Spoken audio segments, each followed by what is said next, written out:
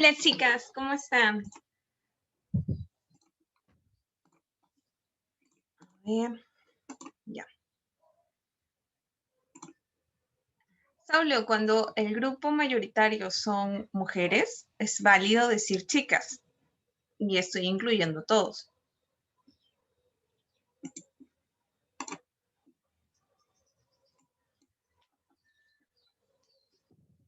De verdad, si yo digo chicas, estoy refiriéndome a toda la sala, porque somos 2, 3, 4, 5, 6, 7 chicas.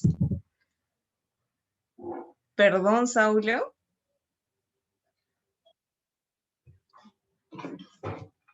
Ya. Chicas, Saulo y Marco, buenos días.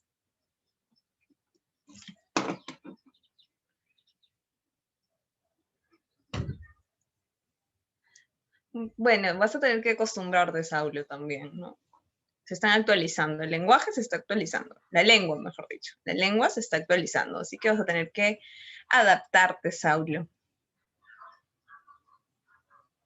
Bien. Eh,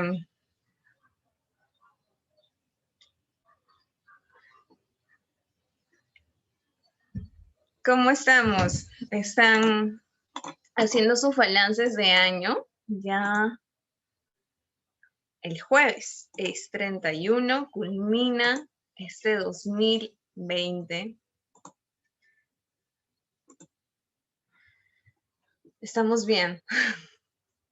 Culmina este 2020, así que sí, es una buena semana, es un buen momento para hacer nuestro balance del año con las cosas que hemos aprendido, las cosas que hemos afrontado y que hemos superado porque estamos aquí todavía. El 2020 no pudo con nosotros. Seguimos en la marcha y seguimos con nuestro objetivo de ingresar. Ok. Bueno, mientras esperamos que se una el profesor Mestanza para iniciar la clase, ya son las 10:10. Voy a volver a compartirles la noticia que tenía para ustedes. En este fin de año, ¿sí? En estas navidades que pasaron, tal vez no pudiste entregarle el regalo soñado a tu amigo, compañero, primo, hermano, familiar que se está preparando. Y este es el momento que te brinda la Academia Mega para que puedas tú dar ese regalo. ¿En qué consiste? ¿En qué consiste? Bueno, tú puedes invitar a un compañero a unirse al ciclo que ya estamos llevando, es decir, el ciclo que está en la semana 10, ¿sí? A este ciclo, y esta persona que tú invitas va a pagar un costo especial, va a pagar una mensualidad de 80 soles. Y así también tú que estás dando el regalo, el dador, va también a tener ese precio especial de 80 soles. Esta es una promoción, una oferta increíble para que tú puedas quedar muy bien con este amigo compañero y puedas entregarle un regalo que es la preparación, ¿no? Regala una preparación. Él lo va a pagar, claro, pero tú lo que le estás dando es la oportunidad de hacerlo a un precio más bajo y además tú también te estás dando un regalo porque vas a poder cancelar solamente 80 soles, o sea, te estás dando un descuento de 20 soles para que puedas emplearlo en otras cosas. Me parece un regalo perfecto. A mí me parece un regalo ideal. Y ya que estamos ahorita poniendo o observando qué es lo que necesitamos, qué podemos entregar, me parece que está muy bien. Uy, recién llegan. Y ya. Uy, no, Jean, sí es cierto.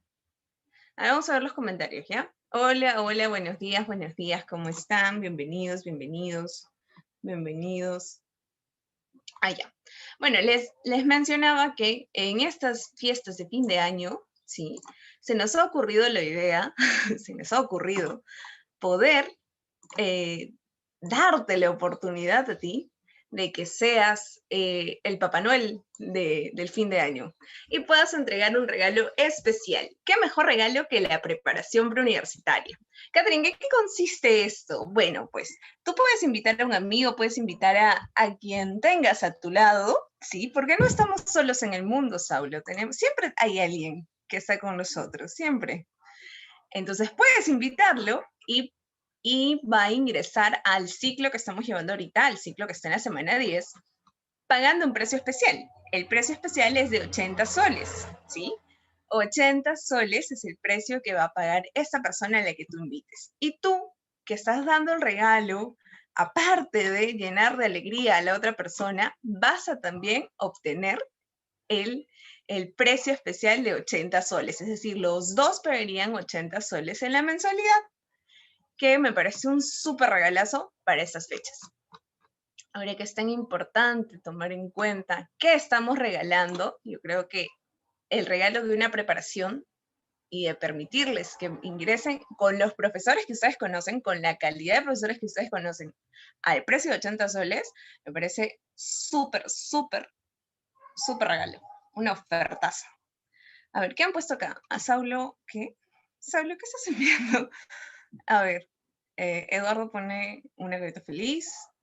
Ah, sí, Nadine me dice que su hermana está preparándose para la uni. Va a haber verano uni. Sí, Solimar también me dice que su hermana quiere uni. Va a haber verano uni, por si acaso. Yo lo saqué en el Facebook ayer. Ayer, sí, es sorpresa para todos, porque vamos a tener un verano uni.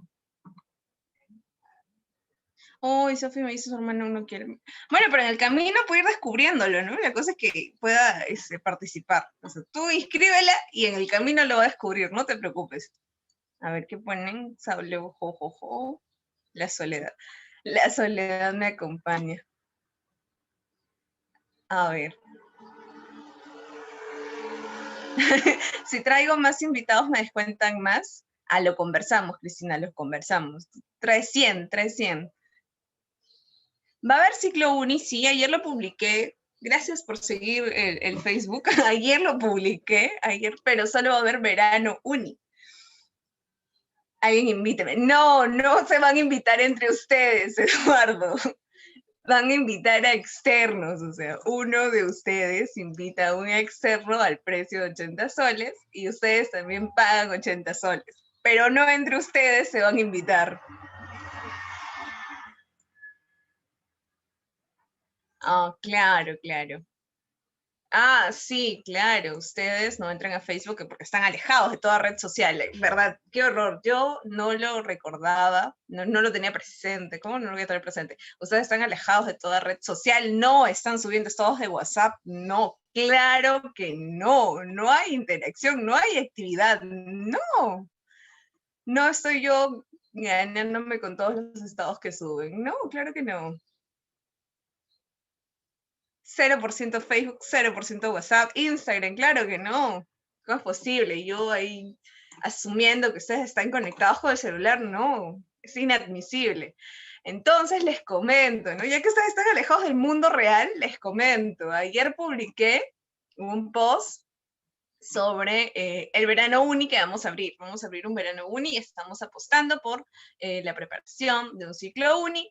Así que ustedes pueden invitar a sus compañeros, a sus hermanos, si es que están interesados en uni y agraria, este ciclo va a ser ideal para ellos, ¿no? Recién pueden conocer el mundo de la preparación preuniversitaria a través de ese verano. De acuerdo, ya. ¿De qué están hablando ahora? ¿Están hablando de que les roben el celular? Bueno, ya creo que nos estamos extendiendo, nos estamos yendo por las ramas y el profesor Mestanza ya está con nosotros, está escuchando, está leyendo y escuchando todo lo que están diciendo. Bueno, solamente yo estoy hablando, ¿no? Pero está leyendo todo lo que ustedes están escribiendo. Profesor Mestanza, buenos días. Hola Gaticita, ¿cómo estás? Buenos días muchachos, un gusto saludarlos. Bienvenidos pues en sí a la última clase del año, ya que el año que se avecina nos espera pues en sí un año recontra prometedor, a lograr el objetivo más importante que es el ingreso a la universidad. Muy bien, a ver, quiero que me confirmen si logran escucharme y logran observar mi pantalla. Hola, hola, chicos. A ver, rapidísimo, ¿logran escucharme? ¿Logran observar mi pantalla? ¿Qué me dicen por ahí? Muy bien, hola, ¿qué tal, Eduardo? ¿Cómo estás? Buenos días, buenos días. Muy bien, ¿qué tal, muchachos? Listo, ahora sí. Marquito, ¿qué tal? Saulo, ¿cómo estás? Eduardito, Ruth, ¿cómo estás? Nadine, Sofi, Solimar, ahí está la gran Solimar. Presentación de Año Nuevo con Solimara y la magia del norte. Rodrigo Flores, ¿cómo estás, campeón? Hola, Jennifer, hola, Ruth.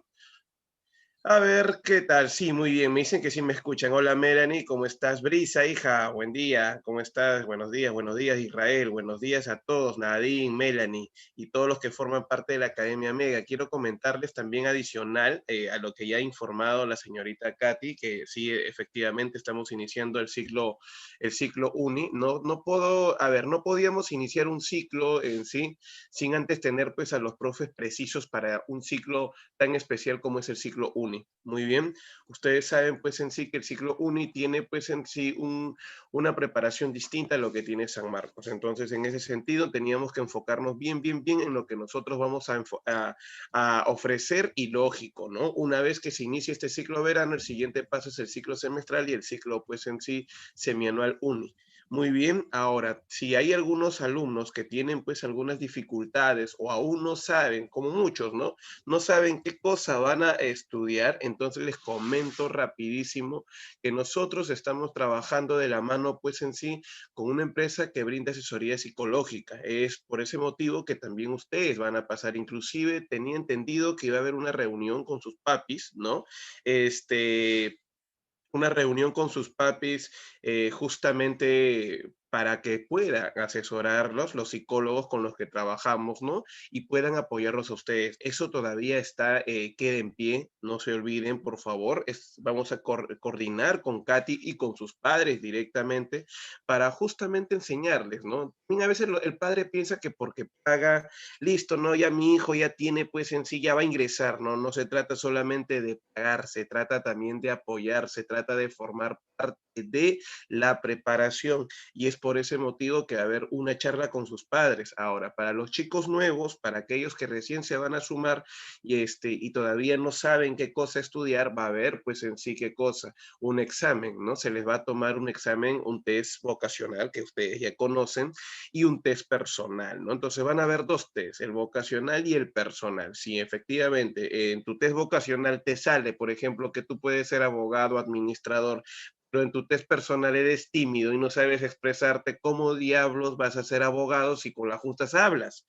Entonces, para eso tenemos que buscar, ¿no? Y ahí el psicólogo es el que ordena y te orienta, ¿no? De acuerdo a tu personalidad, dónde puedes en sí trabajar, cómo te puedes desenvolver. Entonces, ya sabes, amigo, si tienes ahí primos, amigos que todavía están inseguros, vamos a desarrollar justamente todo esto, ¿no? Pero lo primero que uno tiene que tomar en cuenta en una preparación es las habilidades que tiene, qué cursos, por ejemplo, domina más y dentro de ello poder, pues en sí, ajustar de acuerdo a lo que más o menos domina, ajustar pues en sí o recomendar una carrera o un tipo de preparación. Y sí, efectivamente, va a haber un ciclo semestral. Muy bien, con la misma exigencia que ponemos acá en lo que viene a ser nuestro ciclo San Marcos, como ustedes han visto con todos los docentes, igual. Muy bien, muchachos, listo. Como les había comentado, no sé si estará por acá Piero, también comentarles a todos ustedes que nosotros ya coordiné ya en sí con el profesor Mendoza, solo quedó en darme un día que no coincida con sus demás trabajos, estoy a la espera nada más del día y la hora. Muy bien, listo muchachos, no voy a perder más tiempo porque el tema de hoy es un tema relativamente largo, así que vamos a hablar acerca de la reforma, contrarreforma, las monarquías absolutas y la ilustración. Hablemos acerca de la reforma protestante. Recordemos recordemos que esta es una consecuencia de la difusión del humanismo, ¿correcto? ¿Por qué motivo? Recordemos que el humanismo desarrolló una capacidad crítica racional en el hombre. ¿Qué significa eso de desarrollar una capacidad crítica racional en el hombre? Significa principalmente que esta llamada en sí, no te olvides, ese movimiento cultural, este movimiento intelectual, pues, en sí una capacidad de razonar y no dejarse llevar simplemente porque por la fe. Recordemos que la educación durante la Edad Media giró en torno pues a la escolástica, a la idea del predominio de la fe sobre la razón. Entonces, en ese sentido, ¿qué es lo que termina pasando? Va a cambiar esa llamada idea de que primero está la fe y luego está la razón. Entonces, profe, a ver, píntanos la cancha, ¿cómo va a ser ahora la situación de manera particular? De manera particular, ahora la situación es la siguiente, ¿no? Ya en sí el hombre piensa, el hombre cuestiona y por eso no se deja llevar pues en sí por todo lo que dice la iglesia. Y ahí viene pues en sí el principal problema, ¿no? El problema es que la iglesia ya no va a tener pues esa capacidad fácil, ¿no? De poder dominar, de poder imponer su llamada autoridad. La reforma protestante, en resumen, termina siendo la etapa de crisis de la iglesia católica. ¿Por qué motivo la etapa de crisis de la Iglesia Católica? Porque ya no es en sí, ya no es el ente dominante a nivel intelectual del hombre. Por eso, la Reforma Protestante, ¿qué termina siendo? Un movimiento religioso político impulsado por la burguesía, por ejemplo, que está detrás de todo esto, al igual que en el humanismo, y un sector de la nobleza feudal contra la Iglesia Católica, provocando su ruptura y la creación de una nueva religión, que es el protestantismo. Ahora, el protestantismo no significa que sea otra religión a la que tiene a la Iglesia Católica. Si ustedes se dan cuenta, los protestantes terminan siendo también algo parecido al católico. Utiliza la misma Biblia, pero claro está que no utiliza la normativa de la Iglesia Católica. Profesor, cuando usted me dice que no utiliza la normativa de la Iglesia Católica, ¿a qué hace referencia? Pero es obvio que hago referencia, querido alumno, y espero que nunca te olvides de eso, es que hago referencia a la organización política propiamente dicha. Ustedes saben que dentro de la Iglesia Católica existen jerarquías, ¿no? Vayamos a un ejemplo rápido. Papa, cardenal, obispo y arzobispo. ¿Te has dado cuenta en sí que existe una persona de rango alto y personas de rango bajo como los curas, párrocos, sacerdotes que están en tu barrio? Quiero comentarte entonces, amigo, sí, tú, futuro cachimbo, campeón, algo recontra, pero recontra simple. Mi estimado y querido alumno, si nos damos cuenta un poquito de esta situación, estamos viendo pues algo bastante particular, ¿no? ¿Qué es lo particular detrás de todo esto?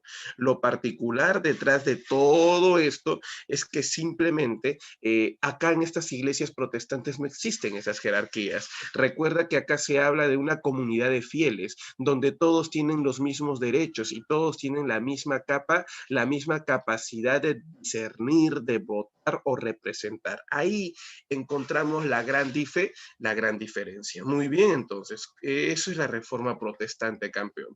Ahora, el contexto. ¿Qué nos demuestra el contexto?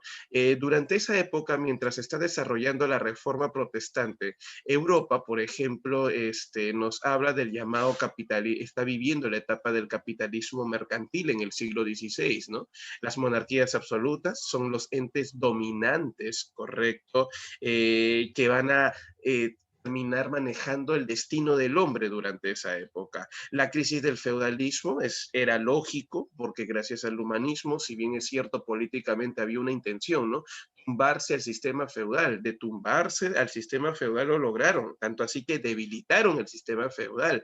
Pero el detalle particular está que fortalecieron el poder de los reyes, ¿no? Y bueno, el humanismo. Ahora en el Perú, mientras se vive la reforma protestante en el siglo XVI, recuerda que acá los españoles están colonizando nuestro territorio, el Tahuantinsuyo, ¿no? La invasión española al Tahuantinsuyo y posteriormente la creación del virreinato en 1542. Si la invasión Pizarro a la cabeza se dio oficialmente en 1532, en 1542 ya se está pues en sí estableciendo el sistema virreinal. Muy bien, ese es el contexto de la Reforma Protestante. Vamos a responder rapidísimo a una duda que me deja Piero Benítez. Al final fue lo mismo que nada, ¿verdad? Efectivamente, pero hay una gran diferencia, estimado Piero, que a continuación ya en la clase vamos a ir desarrollando, pero es muy fácil. Recordemos nada más que será lo mismo en torno, pues en sí, a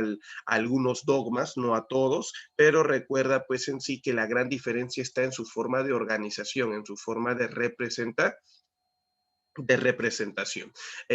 Ahora me planteas que algunas diferencias puede estar en leer la Biblia. Tú sabes que ahora el católico también interpreta libremente la Biblia, no necesariamente. Encontramos las diferencias en la organización, correcto, y en sus propios dogmas que ellos expresan a través de la idea de los sacramentos. Muy bien, sí, efectivamente generaron guerras y diferencias y la corrupción en todos los casos continuó reinando. Recordemos que al final cada uno de ellos representa un interés, ¿no? Un interés particular. Hoy en día esas iglesias protestantes en sí han terminado siendo el germen justamente pues de qué, de que un grupo se sigue enriqueciendo y otro grupo se sigue empobreciendo, con el respeto que merecen muchas, pero muchas en sí legiones religiosas que en la actualidad existen, pero hay que ser sinceros y esto no es ningún secreto.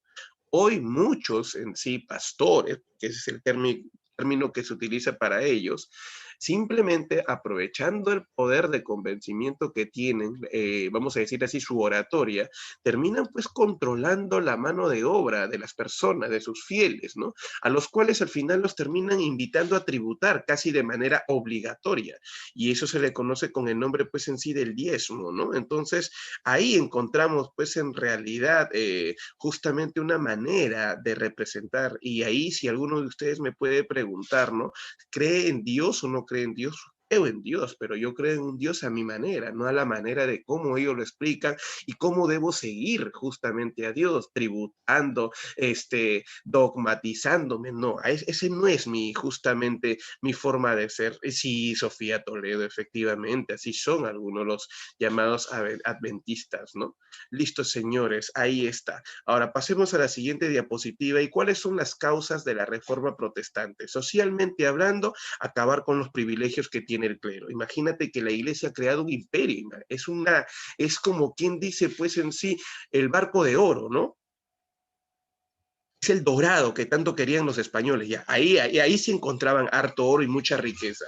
También, por otro lado, es que la iglesia poseía en sí una gran posesión de tierras, ¿no? Y por ese motivo se buscaba la lucha por tierras y libertad para el campesinado, ¿no? Contra el sistema feudal, que a propósito, la iglesia todavía mantenía algunas costumbres feudales. Políticamente hablando, recuerda que por qué se da la reforma protestante para poder subordinar el poder que tiene el Papa, ¿no? En torno, pues, en sí a la iglesia y de esta manera, pues en sí, ante el poder monárquico. Económicamente hablando, hay que suprimir los bienes del clero. Correcto, repito una vez más, a nivel económico hay que suprimir los bienes de quién, los bienes del clero. Efectivamente, económicamente hablando, hay que suprimir los bienes del clero, muchas riquezas que tiene. Y ahí justamente vienen denuncias relacionadas con el aspecto ideológico, como por ejemplo, ¿qué vamos a encontrarnos, señores? La corrupción, correcto, de la iglesia y la tergiversación de los principios cristianos, ¿no? Ellos, como son los únicos que conocen de la palabra de Dios, interpretan justamente la Biblia, terminan siendo, pues al final, los hombres que manejan las decisiones finales en torno a la iglesia. Entonces, malinterpretan la palabra de Dios, lo utilizan a su antojo y creo yo que todos somos testigos, como por ejemplo la venta de indulgencias, ¿no? Donde ellos dicen pues en sí que si tú compras una indulgencia logras el perdón de Dios y si nosotros somos recontra capos e inteligentes sabemos la situación verdadera de que así no es que la cosa, ¿no? Muy bien, señores, ahí está, ¿no? Por ejemplo, las denuncias que recibió la Iglesia Católica, no solamente por la venta de indulgencias, sino también por la corrupción e inmoralidad de algunos padres de la iglesia. Muy bien. Sí, hay una película de Lutero. No lo terminé de ver porque está con harto trabajo, así como ahora. pero sí voy a terminar de ver y hago el comentario necesario, querido. Pero si no, me encantaría hacer un comentario en torno a eso. Muy bien, listo, señores. Ahora, también está la lucha de la religión, a que se adecúa a la necesidad de la burguesía, ¿no? Lo que la burguesía buscaba era que esta religión se adecúe, pues, en sí a su necesidad. Muy bien, vamos a, dame un ratito, por favor. A ver todos. A ver, ¿qué ha pasado acá? Vamos a hacer rapidísimo esta cuestión particular, ¿ya?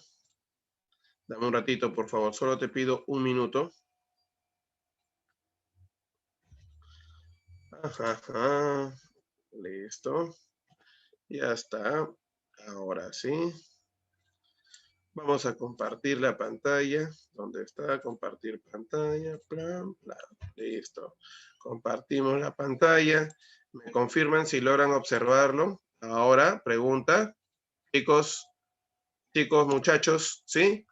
Muy bien, listo, campeones, lo máximo, correcto. Gracias, Olimar, Nayeli, Saulo, Jennifer, el gran... Ahí está Juancito, también está por acá. Gracias, Juancito Villano, Nayeli Alvarado. Listo, queridos y estimados alumnos. Entonces, ahí está, sino que había quedado, pues, en sí, en la parte baja, esta parte que dice lucha de la religión que se adecua a la necesidad de la burguesía. No se notaba bien, ahora sí se nota. Muy bien, listo, queridos alumnos. Ahí están las causas. Entonces, tenemos causas sociales, que es acabar con los privilegios que tiene la iglesia, causas políticas, subordinar el poder que tiene el papa. Recordemos que los papas tenían un poder inclusive casi semejante al que tiene un rey, económicamente hablando.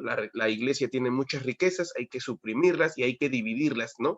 Muy bien, e ideológicas. Ahí está la denuncia, pues en sí, no te olvides de corrupción e inmoralidad. Y todo recuerda que ellos lo justificaban por la escolástica, ¿no? Eso se utiliza la razón.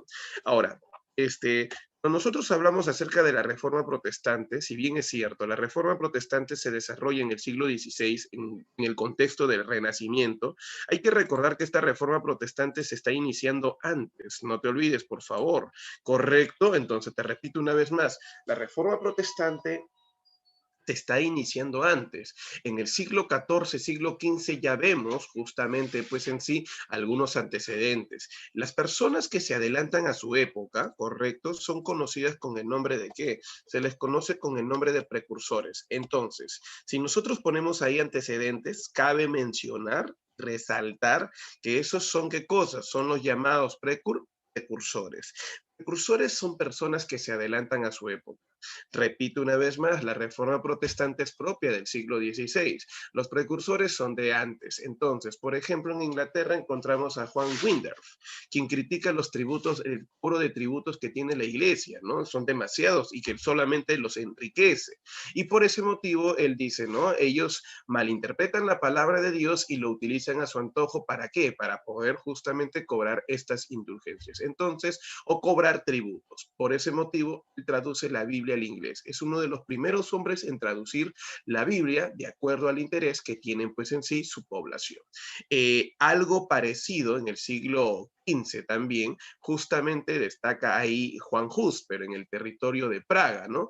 Es uno de los primeros hombres en denunciar la corrupción del clero y por ese motivo propone secularizar las tierras del clero. ¿Cómo es eso de secularizar? Dividir las tierras en favor de los más necesitados. ¿Tú sabías que esto le costó a Jan Hus justamente pues en sí ser condenado a la hoguera? A través del concilio de Constanza, muy bien, vemos en esta primera imagen al Papa condenando al pobre hombre llamado Juan Hus. Él es claro, ¿no? Él es claro, él simplemente está diciendo que la iglesia en sí tiene muchas riquezas y esas riquezas en realidad no tienen que ser pues para ellos, sino tiene que ser una ayuda para los más necesitados. Todos, alumnos, todos ustedes acá tienen que manejar esa información, tienen que recordar que la iglesia como institución tenía un objetivo, ayudar al más necesitado. Repito una vez más, ¿ayudar a quién? Al más necesitado. Pero amigo, amiga, ustedes, todos ustedes, ¿qué vemos en realidad en la iglesia? No estamos viendo a una institución que se está enriqueciendo, no estamos viendo a una institución en sí que simplemente vive del más necesitado, en vez de que la iglesia ayude al más necesitado, es al revés, él vive del más necesitado. Bueno, señores, le costó pues una denuncia de herejía, brujería, este hombre está siendo poseído por el demonio, por ese motivo habla así. Pobrecito Jan Hus terminó siendo pues en sí condenado a la hoguera por el concilio de Constanza y fue asesinado. Entonces, Hus será conocido por criticar el enriquecimiento de la iglesia. Ahora también en Florencia, Italia, destaca Samborola, correcto, en el siglo XV, quien critica las costumbres del pueblo, las banalidades, el lucro y lujurias. Pero, profe, disculpe, ¿qué tiene que ver eso con la iglesia? Si dices del pueblo, es que la iglesia era justamente la institución, quien a través de su educación tenía que justamente corregir estos malos actos de los pobladores comunes. Pero como la iglesia es una institución que vive de sus impuestos, ¿por qué criticarlos si ellos me mantienen? Dice, ¿no? Ahí justamente encontramos, ¿no? A Giovanni Boccaccio en el siglo XV escribiendo, pues, el Decamerón, ahí compartiendo, ¿no? Una crítica en torno a qué, muchachos, a la llamada, pues, inmoralidad de los padres. Entonces, sí, efectivamente, también, pues, en realidad, terminaría, algunos lo consideran como un precursor. Estamos hablando acá, Saulo, de precursores ligados a la iglesia, de personas ligadas a la iglesia que siendo parte de la iglesia critican a su institución. En el caso particular de Giovanni Boccaccio es un literato criticando a la iglesia. Por eso que algunos lo consideran un precursor de la Reforma Protestante. Muy bien, listo. Finalmente, hablemos de John Wycliffe, correcto, en Inglaterra en el siglo XIV. Ahí él es uno de los hombres que realiza una crítica a la inmoralidad, a la corrupción de los padres de la iglesia. Vemos en la última imagen a Wycliffe y él es uno de los hombres, pues, en realidad, que denuncia esto, ¿no? La corrupción y principalmente la inmoralidad. ¿Sabían ustedes que Wycliffe fue la inspiración justamente de este señor? ¿De quién? De Martín Lutero, quien en el siglo XVI es el iniciador de la Reforma Protestante en el territorio de Alemania. Respondiendo, por ejemplo, a una pregunta del examen de admisión de la Universidad Nacional Federico Villarreal, ¿no? Villarreal preguntaría dónde se inicia pues la Reforma Protestante. La respuesta es bien simple, en Alemania. San Marcos pregunta algo parecido, pero te dice quién es el ya iniciador de la Reforma Protestante. Bien, acá viene la respuesta. Recuerda que en Alemania la Reforma Protestante fue dirigida por el monje agustino Martín Lutero. Este gordito, correcto, de ropita negra, sombrerito negro, una especie de boina negra, justamente es Martín Lutero. Martín Lutero no es cualquier loco que se le ocurrió, pues, en realidad hablar mal de la iglesia y listo, denunció. No, él es un padre agustino, correcto, que va a criticar pues en sí la corrupción e inmoralidad de los padres de la iglesia. Hay que, en resumen, él representa también los intereses de una clase social. Él, en primer lugar, cuando hizo su reforma protestante, inició la reforma protestante justamente publicando una obra. O sea, todo se inicia con la publicación de su obra llamada Las 95 Tesis contra las indulgencias, que consiste en denunciar la corrupción de la iglesia, donde la iglesia cobraba, ¿por qué? Por el perdón de los pecados. Repito una vez más, ¿por qué cobraba la iglesia? El perdón de los pecados. Denunciar a la iglesia era pues denunciar a una gran autoridad. Para esa época, en el contexto se viven las monarquías absolutas, los cuales justifican su poder bajo la idea del providencialismo, el cual, según la iglesia, dice que el poder que tiene el rey proviene de Dios. Entonces, si cae la iglesia, también cae el poder del rey. Por ese motivo, pregunta, ¿qué pasó? Tanto rey y tanto pues iglesia invitaron a Martín Lutero a una reunión, al cual estas reuniones religiosas se les llama dietas, y destaca la dieta de Worms en 1521. Al rey no le conviene que la iglesia ordene el asesinato de Martín Lutero por una razón. ¿Por qué motivo? Si lo mandan a matar, él queda como un héroe y ha dicho la verdad. Entonces el rey le aconseja políticamente hablando al papa y le dice, oye, no lo mandes a matar, loco, porque si lo matas, él es héroe y dijo la verdad y nosotros quedamos mal. Hagamos algo bien chévere. ¿Qué cosa, rey? Hagamos que él se retracte. ¿Pero por qué, rey? ¿Por qué dice eso? Porque si él se retracta, ¿cómo queda? Como un mentiroso. Así entonces cada quien se mantiene en su lugar y lógicamente va a mantener el poder. Pero ahí entra a tallar pues una clase social. No te preocupes, Lutero, si alguien te hace algo, nosotros te vamos en sí a proteger. ¿Quiénes van a hacer el chaleco de Martín Lutero? ¿Quiénes van a chalequear? Ahí está la nobleza. ¿Alguien me puede decir por qué motivo la nobleza chalequea a Martín Lutero? Es contra fácil esa pregunta. Nos acordamos de la clase pasada, oye, muy bien, para recuperar su poder, para recuperar las tierras que han perdido después de la, no te olvides, durante la etapa de crisis posguerra de las cruzadas. Entonces queda claro que él representa, Martín Lutero, ahora sí, señores, representa a la nobleza alemana y apuesta al poder del clero. ¿Me dejo entender? Entonces, quitarle sus riquezas al clero. El pretexto, utilizaron estos tanto la nobleza, correcto, como Martín Lutero, era justamente la venta de indulgencias de la parte de la iglesia, los creyentes, como una manera de obtener la salvación. Pero si tú eres recontra capo y te acuerdas justamente cómo nacieron las indulgencias, a los que repasan, claro está, las indulgencias nacieron bajo el pretexto de una ayuda a la iglesia para poder construir la Basílica de San Pedro, o sea, la iglesia de San Pedro. Recordemos que era una manera del fiel, correcto, del fiel católico de contribuir a esta construcción. Al final a los papas les gustó pues la platita y no quisieron perder pues en sí ese privilegio monetario y por ese motivo pues lo que terminan haciendo.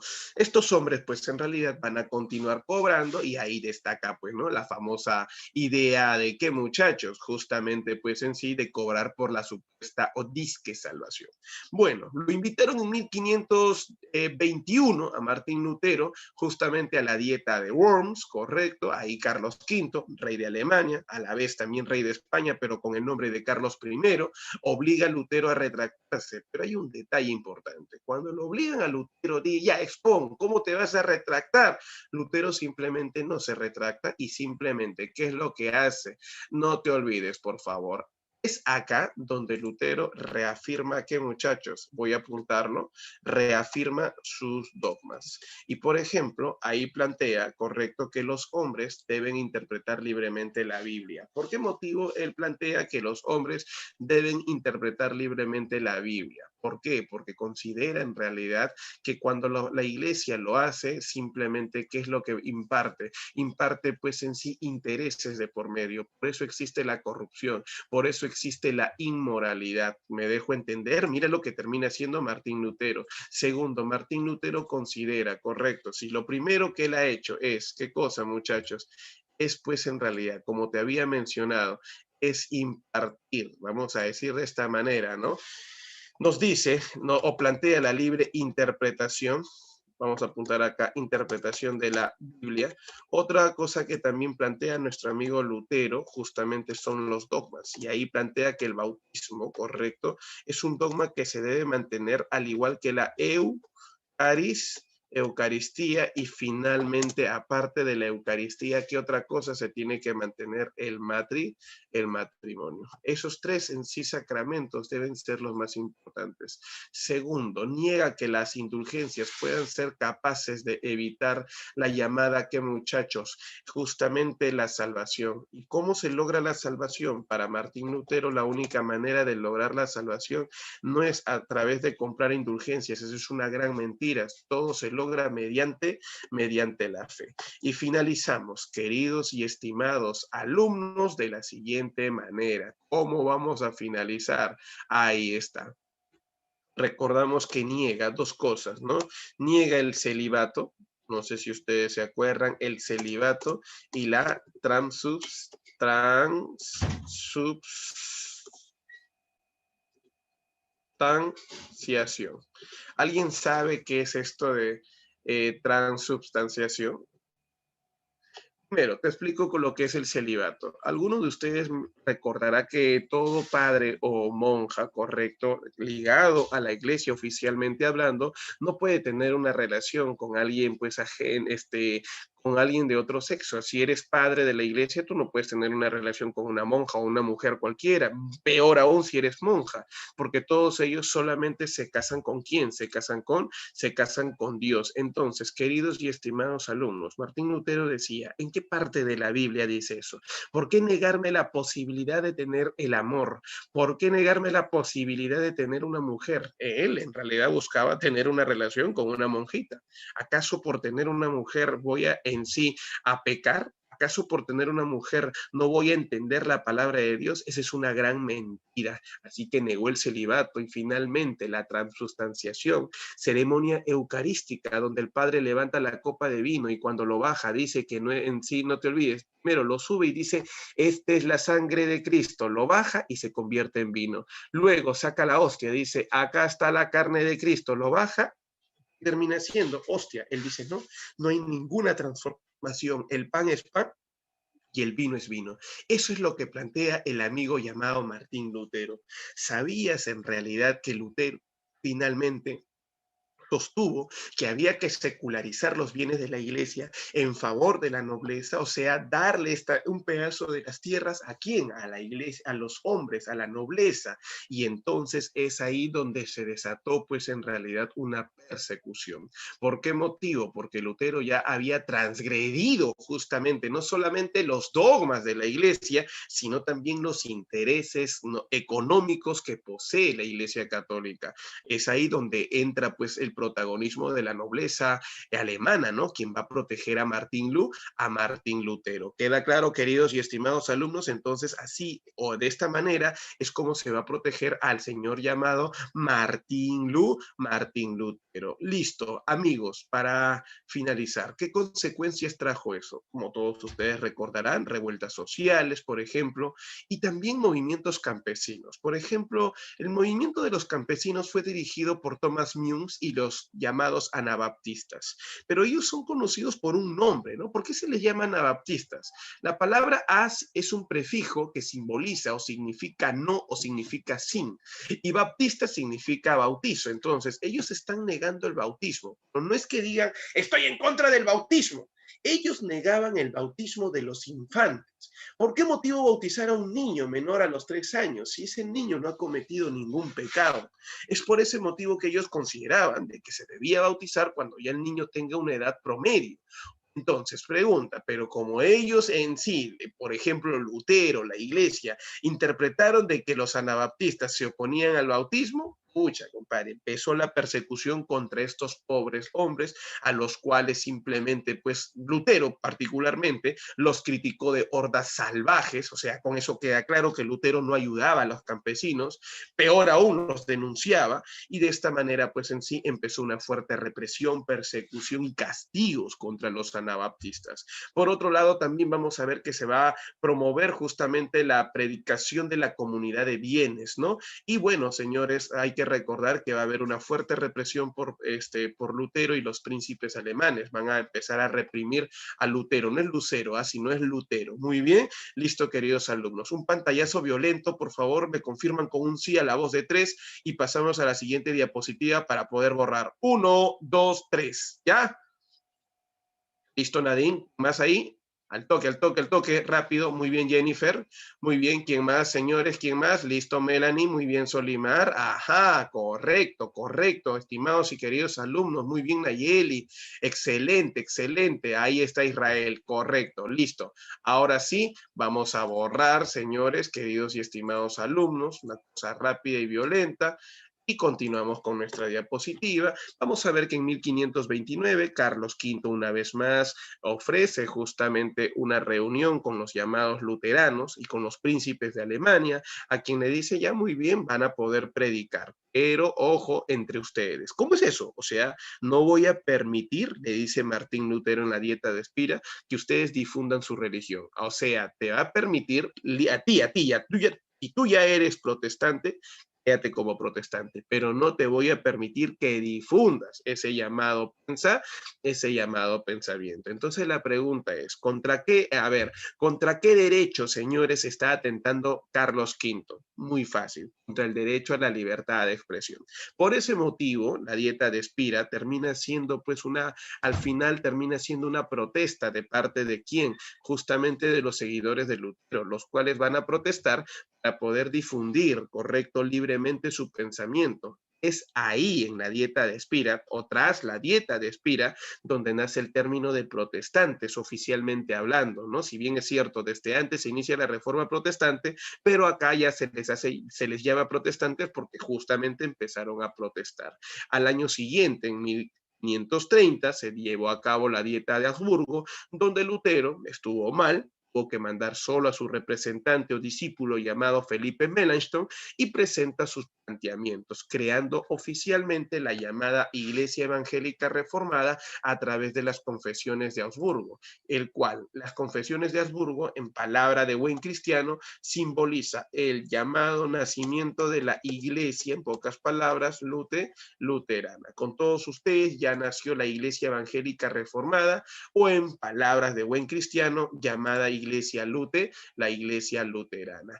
¿Cuáles son los planteamientos de esta llamada, pues en sí, Iglesia Luterana? Muy fácil, señores. Los planteamientos, número uno, en sí, la única fuente de fe es la Biblia, interpretada libremente por ¿quién? Por cada creyente. Entonces, en esta iglesia no existe restricciones, ¿no? Si ellos proponen la libre interpretación de la Biblia, se interpreta libremente la Biblia. No hay jerarquías eclesiásticas, acá no hay esa idea de que hay papa, cura, párroco, no, acá todos tienen el mismo rango, pero siempre va a haber un líder, el cual va a ser llamado pastor, ¿no? O ministro de Dios. También la fe, recuerda tú que en esta religión es la única que es el único medio de salvación, se niegan otras vías, correcto, prometidas por la iglesia para la salvación, criticando oficialmente a las indulgencias. Recuerda que para ellos, ¿qué es la iglesia? La iglesia es una comunidad de creyentes con mismos derechos, donde correcto, el culto será dirigido por un pastor, que al final será elegido por la comunidad de creyentes. Muy bien. Ahora, esto no le gustó a la Iglesia Católica y es por eso que se inició una guerra entre católicos y protestantes, el cual se desarrolló, no te olvides, entre los años, pues en sí, vamos a decir 35 y 50. Se enfrentaron dos ligas, la Liga Esmalcada, que era la Liga de los protestantes, contra la Liga de Nuremberg de los católicos. ¿Quién terminó ganando? Para 1550 el triunfo terminó siendo de los protestantes. Por eso quiero comentarte rapidísimo, en 1556 se firma la paz de Augsburgo, ya para eso Carlos V en sí ha muerto, Felipe II está asumiendo el poder y lo que él prefiere es alejarse de estos problemas de Alemania. Inclusive se niega, ya no va a ser rey de Alemania Felipe II, ¿no? Solamente su tío asume ese cargo y el tío pues firma la paz de Augsburgo, con el cual va a dar tolerancia religiosa a los príncipes alemanes. De esta manera, por ejemplo, ahora los príncipes tienen mayor libertad política. Muy bien. Los súbditos deben abrazar la religión de sus príncipes. En pocas palabras, si un príncipe tiene súbditos, ellos también pueden compartir la religión que ellos tienen y simplemente se va a reconocer también la secularización, ¿no? En pocas palabras, los príncipes de Alemania fueron favorecidos porque van a apropiarse de algunos bienes que posee la Iglesia Católica. Hasta acá, queridos alumnos, estimados alumnos, ¿me deja entender? En resumen, entonces, Martín Lutero, ¿para quién luchaba? ¿En favor de quién? ¿De la nobleza o del pueblo? Al toque, rapidísimo. Quiero ver esa respuesta, algo rápido, por favor. ¿Para quién luchaba? ¿En favor del pueblo o la nobleza? A ver, vamos a ver acá la respuesta. Juan Villano dice nobleza, Saulo nobleza, Piero nobleza, Nadine nobleza y Nayeli nobleza, al igual que el amigo llamado Israel Cerrón. Y yo los felicito a todos ustedes porque han respondido de forma correcta. Muy bien. Entonces, vamos a pasar, no te olvides, a la siguiente diapositiva. Listo, a ver, al toque. Muy bien, señores. Recuerda, pues en sí, vamos a continuar. Y a ver, acá creo que había una pregunta de parte del amigo Malma, quien me preguntaba por qué motivo se le conoce con el nombre de dietas. La respuesta es que eso proviene pues en sí del latín que significa días. Son días de reunión con la iglesia. Muy bien, hijo. Eso es el significado. Espero que hayas entendido. Bien, señores. Ahora, la reforma protestante, como te digo, se inició pues en realidad en Alemania, pero esto continuó en Suiza. ¿Pero por qué dice Suiza-Francia? Porque fue representado por un francés llamado Juan Calvino, a quien lo apodaban o se le conocía también con el nombre de ¿qué? Se le conoce con el nombre de Papa Negro. Correcto, pero no es que sea grone, sino que el amigo es llamado Papa Negro porque era ácido con sus críticas. El hombre que sale en la imagen, ese es el señor llamado Calvino, quien tuvo que escapar de su país porque en su país justamente había una fuerte represión contra la reforma protestante. En Francia lo que predominaba era el sistema monárquico absolutista y este no permitió, por ejemplo, la difusión de este pensamiento. El país que lo adoptó a Juan Calvino es Suiza, donde justamente pues ahí va a tener a un maestro, ¿no? Que es Ulrico Zwinglio, promotor del protestantismo pues en sí suizo. La muerte de Ulrico Zwinglio significó para Juan Calvino tomar el liderazgo de esta llamada pues en sí, ¿qué muchachos? De esta llamada reforma. Ahí vamos a encontrar que quien va a apoyar al señor llamado Correcto, Calvino, muy bien, va a ser la burguesía suiza y esa burguesía, correcto, va a promover pues en sí una reforma protestante de acuerdo a sus intereses. Ahí Calvino publica una obra llamada Institución de la Religión Cristiana, primero criticando la venta de indulgencias, que por ese motivo, por ejemplo, decía que no, simplemente no podemos nosotros en sí negociar la salvación, porque todos ya tenemos un destino, ¿no? Establecido por Dios. Y esto Calvino lo llama pues en sí predestinación, que los árabes lo llaman mejor de otra manera, ¿no? Lo llaman fatalismo. ¿Queda claro? Listo. Por otro lado, hablaba pues que los únicos medios de salvación, si queremos llamarlo así, ligados a la iglesia, ¿cuáles son, profesor? Terminan siendo, pues en realidad, no te olvides, la fe y la Biblia. Te repito una vez más, ¿qué cosa viene a ser la fe y la Biblia? Muy bien, listo, queridos y estimados alumnos. Ahora, ¿algo más que nos pueda mencionar? Claro que te puedo mencionar algo más. La organización eclesiástica en función a pastores elegidos por una asamblea de creyentes. Te repito una vez más, organización eclesiástica en función a pastores elegidos por una asamblea de creyentes. Sí, efectivamente, él también, al igual que Lutero, primero, de la libre interpretación de la Biblia, segundo, correcto, considera de que no debe haber una organización eclesiástica. ¿Por qué? Porque cuando existe esa idea de que existe papa, cura, párroco, vamos a seguir viendo que existe una persona con mayor rango y una con menor rango, pero aquel que tiene mayor rango siempre, pues en sí es la persona más poderosa, más rica, y el que tiene menor rango, ¿qué simboliza? Simboliza, pues en realidad, vamos a decir de esta manera, ¿no? Simboliza, simboliza pues en sí una persona pobre, y es ahí donde justamente empieza la corrupción, ¿no? ¿Por qué motivo, profe, es ahí donde empieza la corrupción? Porque es muy sencillo y muy fácil. Todos van a querer tener gran poder y por eso siempre se va, ¿qué cosa, muchachos? Se va a observar pues en sí cierta crítica, ¿no? A las personas que tienen mayor poder y todos van a anhelar, no importa, corromper, pagar por algunos cargos eclesiásticos. Entonces, simplemente él considera que la iglesia tiene que ser una organización eclesiástica en función a pastores elegidos por sus mismos creyentes. Muy bien, listo, señores. Ahora, la dirección, ¿correcto? ¿Quién tiene la dirección? Ahí justamente represento, voy a responder a la pregunta, pues en sí, de Piero Benítez cuando me pregunta es la corrupción. La corrupción es aquel acto, correcto, relacionado a la vida del hombre, correcto, con el aspecto, vamos a decir así, no moral. En este caso sería antimoral, que representa qué cosa? Una actitud negativa a las buenas costumbres. Correcto es decir, en palabras de buen cristiano, que eso va en contra de la ética, de la moral o moralidad, si queremos hablarlo, porque es el semejante a la ética de la actuación del hombre. En este sentido, si es una institución como la iglesia, quien tiene pues en realidad, no te olvides que actuar de forma correcta frente a los buenos actos, y más o menos estamos hablando de comparación, lógicamente ahí encontramos la relatividad en la palabra, el significado y el acto propiamente dicho. Entonces, ¿qué institución se encargaba de velar por esa buena fe? Si la Iglesia Católica tenía una institución que supuestamente velaba por la moral, por los buenos actos del hombre, correcto. Entonces, ¿quién era esa institución? La Santa Inquisición. Algo parecido a la Inquisición es el Santo Consistorio, justamente creado por Juan Calvino. Muy bien, ahí está.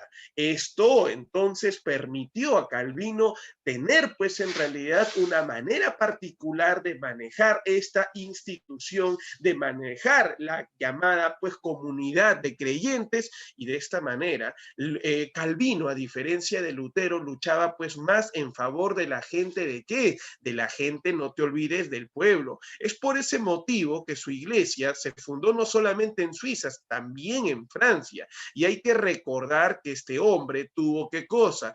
Tuvo seguidores. Y si hablamos de seguidores, ahí encontramos pues en sí a quién. Encontramos a los hugonotes, no sé si ustedes se acuerdan de los hugonotes en Francia.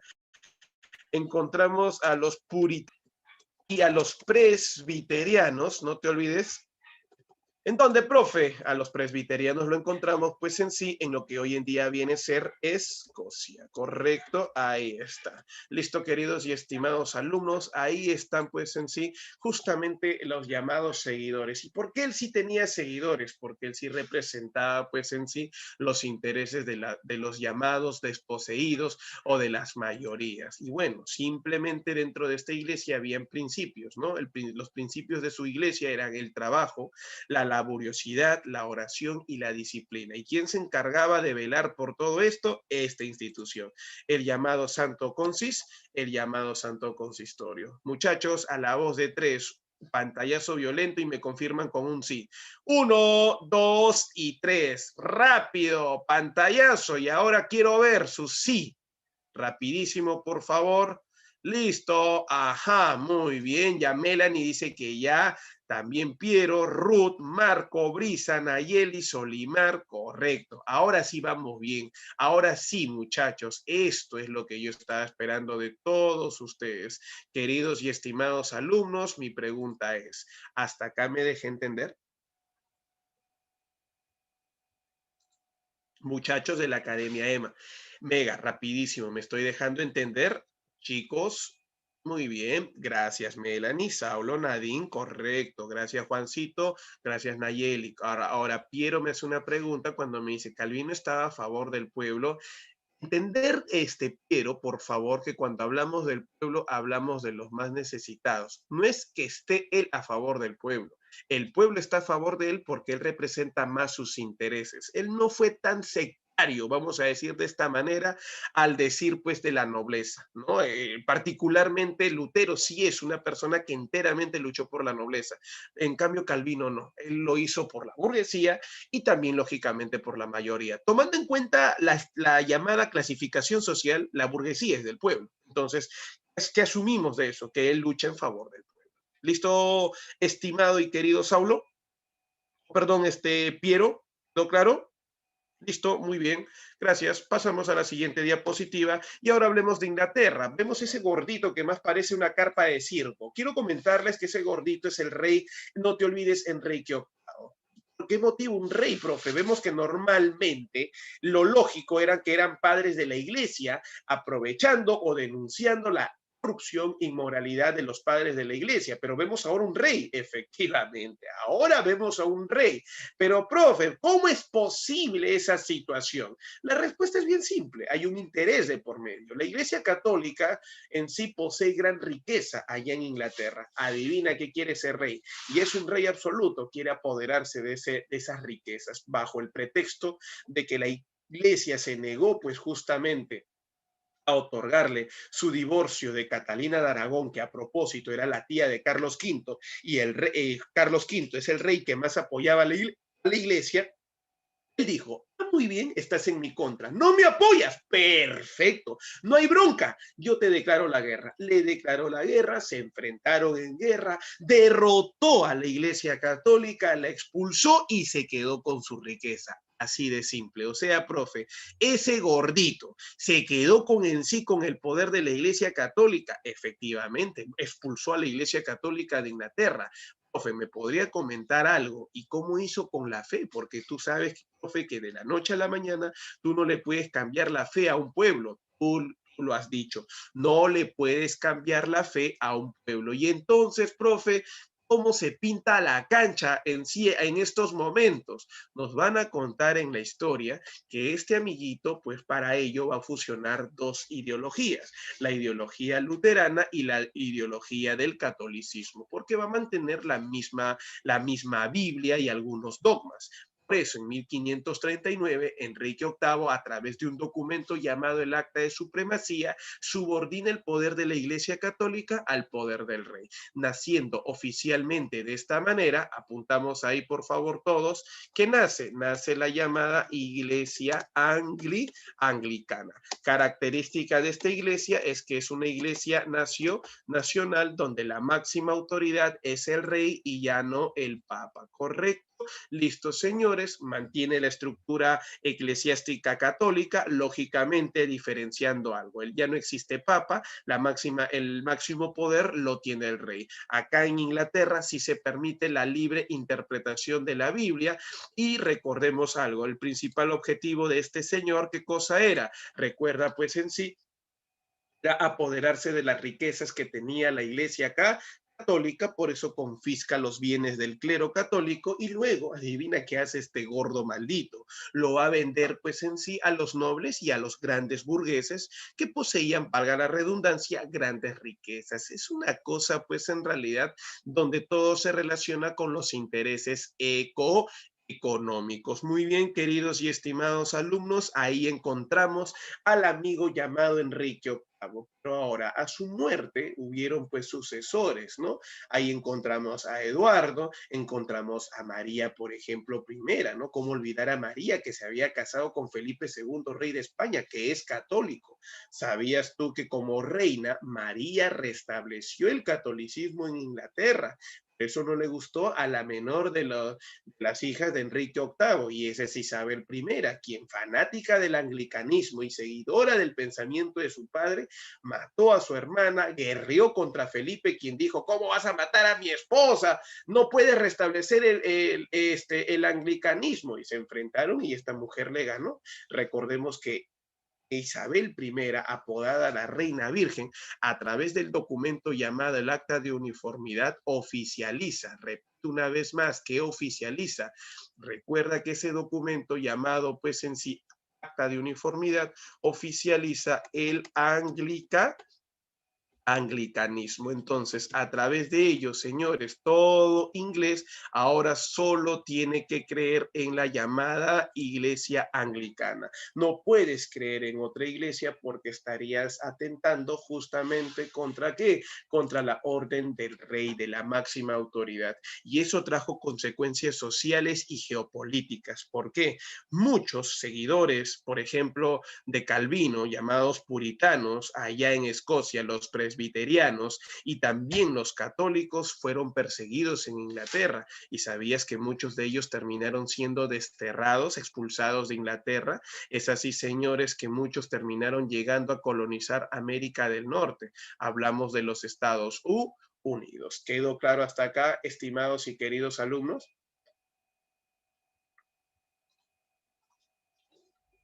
Pregunta, ¿me estoy dejando entender? ¿Hay alguna duda hasta acá?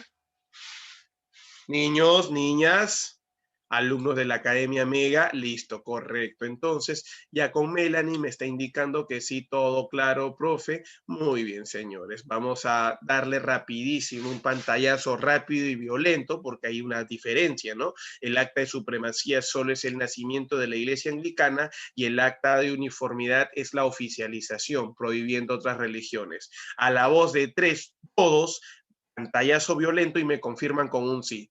1, 2 y 3. Listo, muchachos. Ahora sí, confirmen para poder borrar. Gracias, Piero. Melanie, Brisa, muy bien, hijita. ¿Quién más por ahí? Israel, ya está, me dicen. Muy bien, señores. Ahora sí, borramos, correcto, borramos rapidísimo. Pasamos a la siguiente diapositiva. Bueno, era lógico pues que la Iglesia Católica iba a entrar en una etapa de crisis y esa etapa de crisis iba a afectar bastante. Por ese motivo, para salvaguardar los intereses de la Iglesia, es que la Iglesia Católica también va a iniciar una etapa, ¿no? Al cual se le conoce con el nombre de contrarreforma.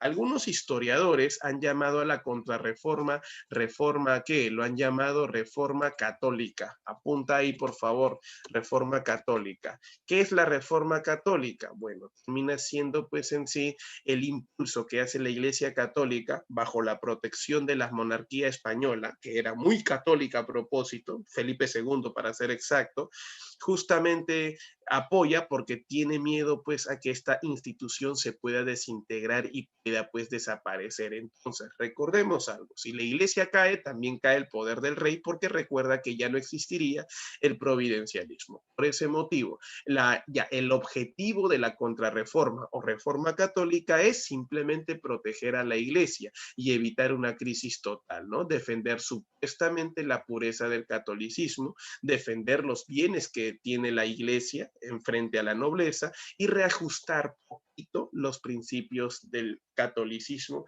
a la realidad que se vive en ese entonces. Fue este señor que sale en la foto llamado Ignacio de Loyola, era en realidad su apodo, porque su verdadero nombre es Íñigo López de Recalde, con el apoyo de Felipe II, quienes iniciaron, correcto, en 1545 hasta 1563, en 25 sesiones discontinuas, el famoso Concilio de Trento. Como su palabra dice, conciliar. Vamos a, como quien dice, a negociar con los protestantes. Este Concilio de Trento, ¿por qué motivo será importante? ¿Por qué motivo será conocido? Porque acá quiero comentarte rapidísimo qué es lo que se va a negociar, profesor. Se va a negociar principalmente, y espero que todos ustedes no se olviden, por favor, se va a negociar nada menos y nada más que la llamada, pues en sí, el dogmatismo de la Iglesia Católica. Si los protestantes pedían 2 o 3 sacramentos, la Iglesia Católica dice, yo no puedo aceptar lo que piden, lo que dicen los protestantes, porque ahí sí voy a quedar mal.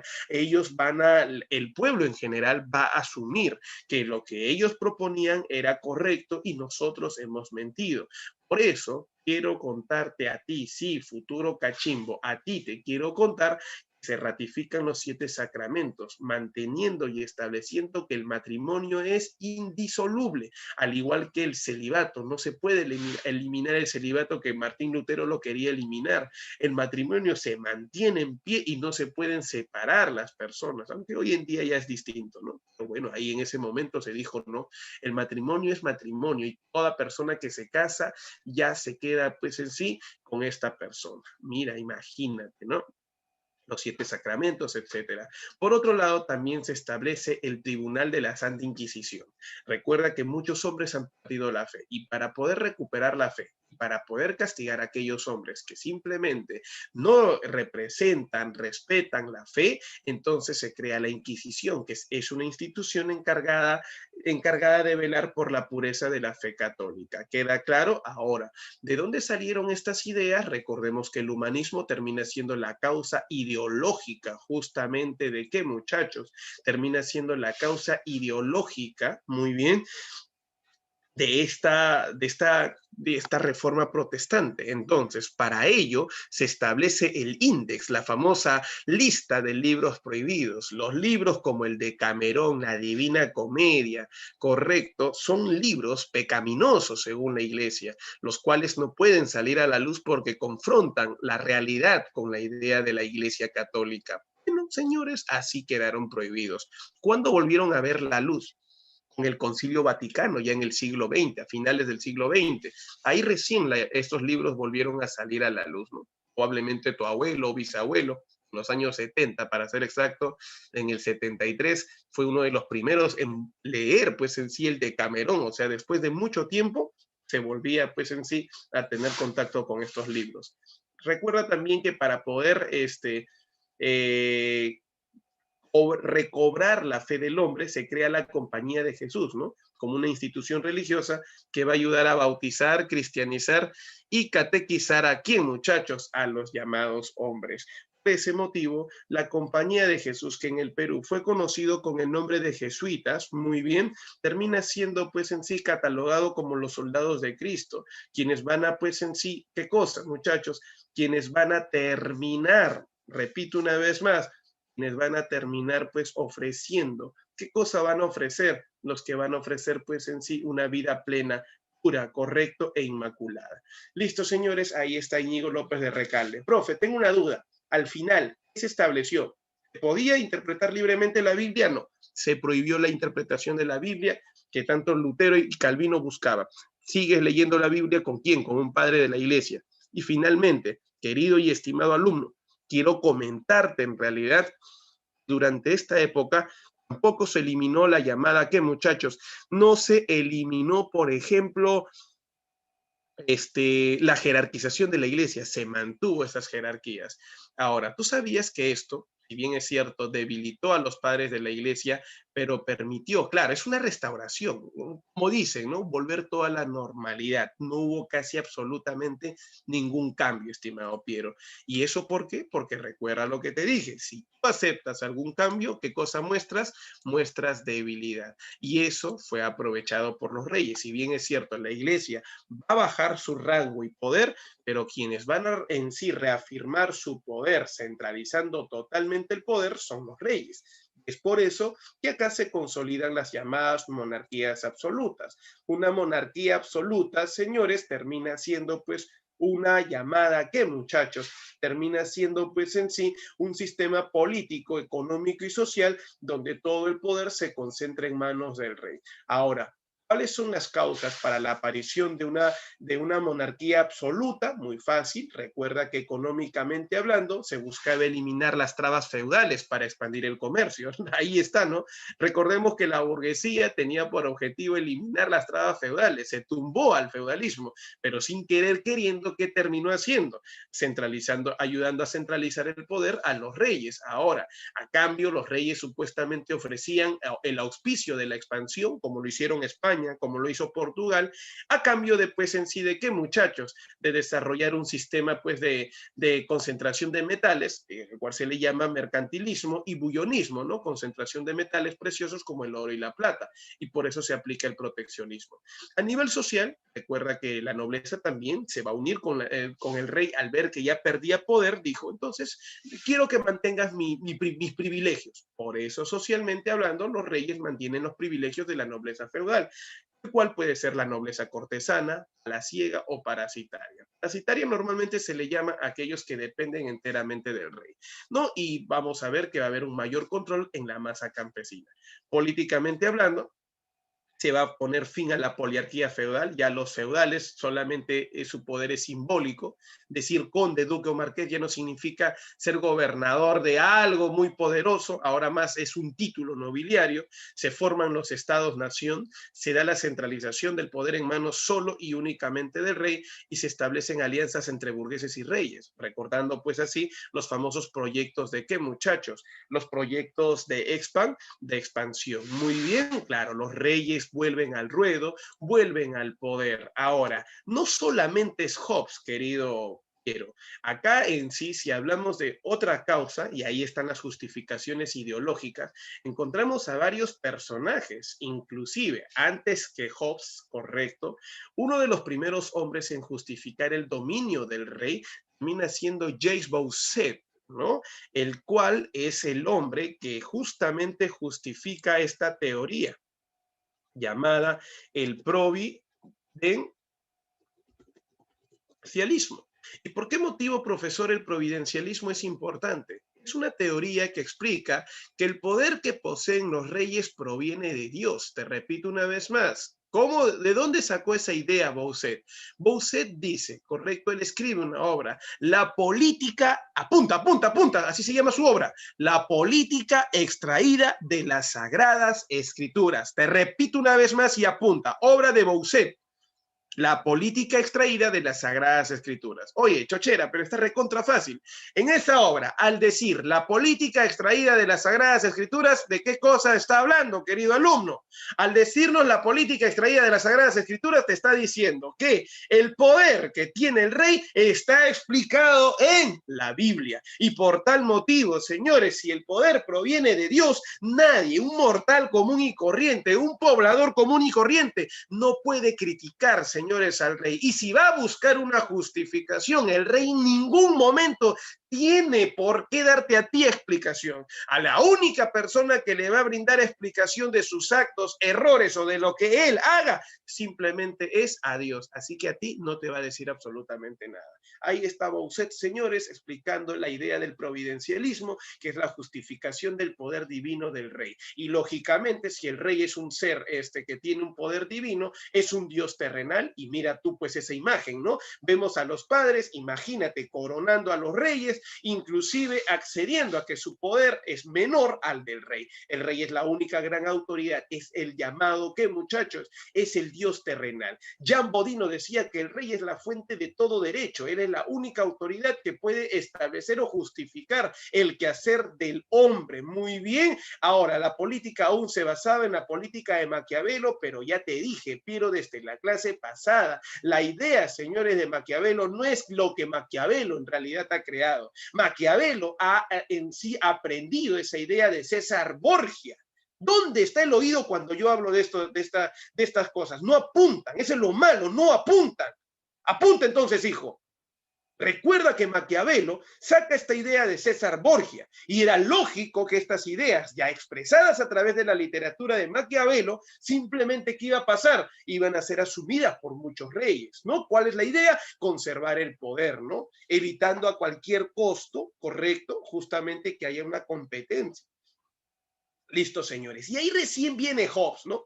Quien justifica el llamado absolutismo para garantizar el orden. O sea, mientras que Bossuet y Jean Bodino hacen una justificación ideológica, Hobbes, correcto, a través de la obra El Leviatán, realiza una justificación, pero ¿de qué carácter? Él hace una justificación de carácter, pues, político, ¿no? Y él dice, señores, correcto, que sí debe existir el absolutismo, porque él se basa en la prehistoria y dice, ¿se acuerdan ustedes cuando todos eran pues en sí salvajes? Recuerda que de todos esos salvajes, muy bien, el estado natural y el estado civil, te decía, ¿no? ¿Qué cosas hacían? Entre todos ellos se mataban. Pero recuerda que hubo un hombre, correcto, que desarrolló una capacidad intelectual mayor. Ese hombre en qué se convirtió en autoridad. Ese hombre en qué se convirtió en líder y ayudó a civilizar a los otros hombres. Pero te diste cuenta que cuando no hubo este líder, ¿qué hacían entre ellos? Eran lobos frente a otros lobos y se mataban entre ellos. Por eso la frase de que el hombre es lobo del hombre. Entonces, el peor estado del hombre es cuando entran en una guerra civil. Pero ¿quién evita una guerra civil? La llamada autoridad política. Por eso que él justificaba el poder de los reyes. Ahora entienden todos ustedes por qué motivo en sí Hobbes justificaba el absolutismo, porque consideraba que de esa manera evitaba ¿qué cosa? Evitaba, pues en sí, no te olvides, por favor, evitaba justamente este mal desarrollo o mal actuar político. Muy bien, señores, de la sociedad, claro está. Entonces así el rey centralizaba el poder y evitaba pues el salvajismo, las guerras civiles. Muy bien, listo, señores. Así es, querido Pierre Leviatán, todo lo puede, dicen, ¿no? Al revés. Muy bien, señores. Ahora sí, ¿cuáles son las características entonces en base a esas ideas? Primero, todo el poder se concentra en manos del rey. Vamos a ver que los reyes establecen la idea de sucesión hereditaria. Los hijos se quedan con el poder. ¿Y cómo se puede establecer eso? A través de las dinastías o casas que logran matrimonios, pues en sí, alianzas matrimoniales. Vamos a ver una fuerte presión fiscal. ¿Qué significa esto de presión fiscal? Cobros excesivos en el ámbito de impuestos. Recuerda que surge la nobleza de corte y la nobleza de campo, ¿no? Nobleza de corte es la que vive vive en el palacio, la que vive pues en realidad trabajando con el rey directamente y de campo en las provincias. Muy bien. Y aquí muchos de ellos buscan ingresar al ejército real, el ejército nacional. En la historia nunca los países habían tenido ejércitos. Ahora entiendes por qué fracasaron los reyes de la época medieval. Cuando llegaron los bárbaros, ellos no tenían ejércitos, por eso otorgaron poder a los nobles y estos a cambio se quedaban con el poder de la tierra. Ahora no, va a haber un ejército real. Muy bien, el ejército nacional, vamos a decir de esa manera. También se da el desarrollo de la diplomacia, ¿no? Las buenas relaciones entre los llamados, ¿qué muchachos? Políticos, representantes de quién, muchachos, de los cargos más importantes. Finalmente se va a dar la venta de cargos administrativos comprados por la burguesía. Imagínate, un caso particular al toque es un representante de la ilustración. A ver, muchachos, un minutito. Martín, estoy en clase. Te vuelvo la llamada, por favor, amigo. Bacán, bacán, bacán, amigo. A ver, rapidísimo. Entonces, venta de cargos administrativos. Ya, ¿sabes quién es ese ilustrado que compró un cargo administrativo? Es un burgués. No sé si ustedes se acuerdan de... a ver, por ahí, alguno de ustedes quizás se acuerda de Carlos de Secondat. Claro, muy bien, señores. ¿Quién es este señor? Carlos de Secondat. ¿Quién se acuerda? Varón de una ciudad en Francia. Nadie se acuerda. Bueno, ahí está, claro, Marquito, muy bien, Montesquieu, correcto. Montesquieu, por ejemplo, compró un cargo administrativo y él era pues en sí un burgués, sino que tenía pues un fuerte ingreso económico. También se están dando pues en sí las famosas guerras y se van a dar guerras internacionales, ¿no? Ahora, vamos a conocer a las principales monarquías, pero no te olvides a providencialismo que explicaba el origen divino del poder del rey, correcto, supuestamente el poder proviene de Dios. Esa palabra, por favor, tiene que quedar claro contigo. ¿Cuáles son las principales monarquías? En el siglo XVI, la number one, si ustedes pueden ver a la cabeza, va España, segundo va Francia y tercero Inglaterra.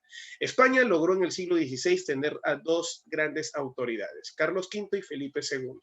En el caso de Francia, encontramos a la dinastía Valois, correcto, con Francisco I, Enrique II y Enrique III. Puedo contarte un secreto. Francisco I rivalizó con Carlos por el control, por ejemplo, de Italia, por el control de Alemania, y siempre Francisco perdió. Por eso ahí vemos que España tiene mayor poder que Francia. Al igual que los hijos, Felipe II rivalizó con Enrique II y también Enrique II perdió. Puedo contarte que por ese motivo España pues termina siendo una gran potencia. Ahora, la respuesta, ¿por qué motivo España de la dinastía Habsburgo termina siendo la más poderosa? Al siglo XVI, recuerda que han invadido el Tahuantinsuyo y se han llevado una gran cantidad de oro y plata. Y es lógico, ¿no? Los virreinatos terminan siendo vamos a decir así, ¿no? Las colonias que terminan otorgándole mayor riqueza a España. Si no existiera eso, simplemente, pues, ¿de qué estamos hablando? De una pobreza, y eso le dio mucha riqueza. Francia, con la dinastía Valois, vio al último Valois con Enrique III. Cuenta la historia que Enrique II dejó como heredero a Enrique III. Y cuenta pues en realidad que él dejó el poder a su hijo Enrique, nunca dijo que Enrique, todos sus hijos se llamaban Enrique, también aparte de Enrique III estaba Enrique IV, Enrique de Anjou. Entonces, ¿qué pasó, señores? Estos Enriques entraron en guerra. Durante el gobierno de Enrique III se inició la guerra de los tres Enriques. ¿Y quién ganó? Como para seguir la secuencia, Enrique IV. Enrique IV no es en sí un Enrique Valois. ¿Y qué era? Un Enrique Borbón. Por eso que para el finales del 16, inicios del 17, en Francia ya no van a estar los Valois, sino los Borbón. Y en Inglaterra, la dinastía Tudor, con Enrique VIII, que ya tú sabes, expulsó a la Iglesia Católica, crea la Iglesia Anglicana, Eduardo VI, que gobernó muy poco tiempo, mantuvo el anglicanismo, María, que se casó con Felipe II de España, restablece el catolicismo, pero no le gustó a Isabel, quien mató a María, y establece y oficializa el anglicanismo mediante el Acta de Uniformidad. Esto viene a ser el siglo XVI. Ahora, el siglo XVII cambia. Miren ustedes dónde está España y dónde está Francia. Profe, pero España no pisaba Francia. Ahora hay un detalle. Varios países para el siglo XVII ambicionan quieren quitarle las riquezas que posee España. Y en ese sentido, profe, ¿qué termina pasando? Van a entrar en una guerra. Esa guerra se llama la Guerra de los 30 años, de 1618 a 1600, no te olvides, 48. Resultado, estimado y querido alumno, voy a comentarte rapidísimo. Amigos, muchachos, todos ustedes, amigos, señores, la guerra terminó beneficiando. Fue todo contra España, pero en sí ahí hubieron varios países. Inglaterra, por ejemplo, ahí está Francia y el más beneficiado fue Francia. Enrique IV, señores, inició la dinastía Borbón para el siglo XVII allá en Francia, pero fueron Luis XIII, correcto, Luis XIII, quien justamente inició la etapa de consolidación del absolutismo. Con él se eliminó las trabas, no te olvides, las trabas políticas, libertarias que habían en Francia, pero fue Luis XIV la persona que centralizó totalmente el poder. Él es la máxima autoridad y la voz representativa del sistema absolutista. Por eso es que él es la máxima figura y Francia el mayor poder en el siglo XVII en la historia, con el mayor representante del absolutismo, Luis XIV. Él apodado como el Rey Sol, ¿correcto? Acuérdate que a él, correcto, se le conoce por una frase que él mismo asumió, ¿no? El Estado soy yo. Imagínate decir el Estado soy yo, significa que no hay mayor autoridad que la autoridad que él posee. Por esa razón, queridos y estimados alumnos, el amigo llamado Luis XIV es la máxima autoridad. En el caso de Inglaterra, Isabel I, la reina virgen, justamente llamada así, ¿por qué? Porque no deja heredero. Y entonces, ante esa situación, ¿qué es lo que termina pasando? La persona que asume el poder es en sí un sobrino cercano. Este sobrino era rey de Escocia y se llamaba Jacobo VI. Él aceptó justamente ser gobernador. ¿De dónde? Aceptó ser gobernador de Inglaterra, pero para ser gobernador de Inglaterra lo haría con el nombre de Jacobo y de Jacobo I. Ahí se viene una situación bastante particular.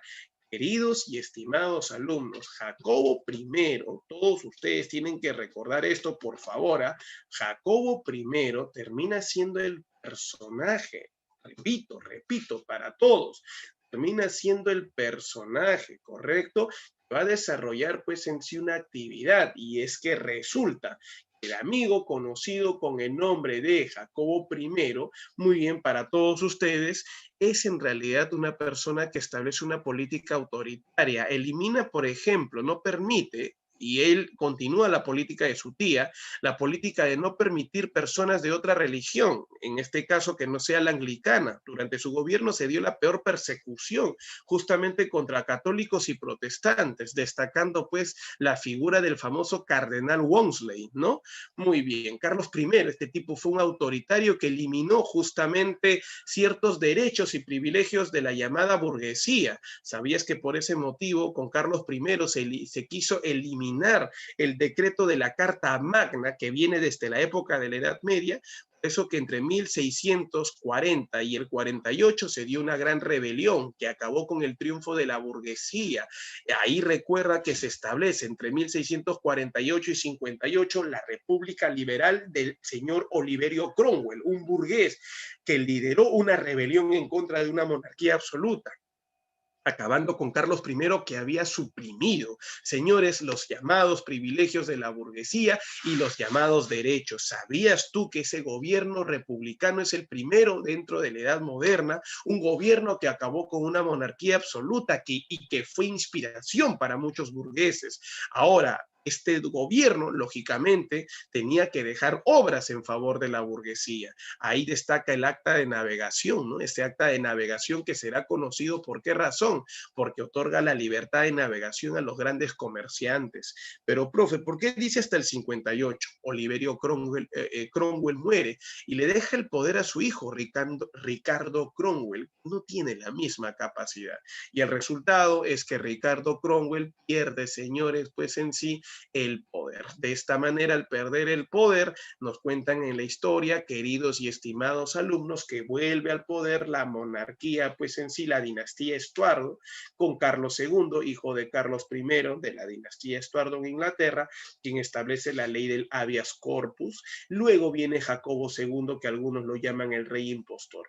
Él en 1688 sufrió justamente una de las mayores revoluciones que es reconocida en la historia de Inglaterra, la famosa Revolución Gloriosa, aquella revolución que unió intereses de la nobleza e intereses de quién, muchachos, de la burguesía, juntos ganando esta revolución y acabando y poniendo fin a la monarquía absoluta y en su lugar compartiendo el poder a través de la monarquía constitucional, donde el rey no va a gobernar solo, sino con un parlamento. El rey es rey, pero el parlamento es el pueblo. El parlamento es la voz del pueblo, el Congreso, vamos a decirlo así, y está conformado por los burgueses. Recuerda que el parlamento tiene el poder de crear leyes. Las leyes, lógicamente, van a ser en favor del comercio, de la burguesía, no en favor del rey.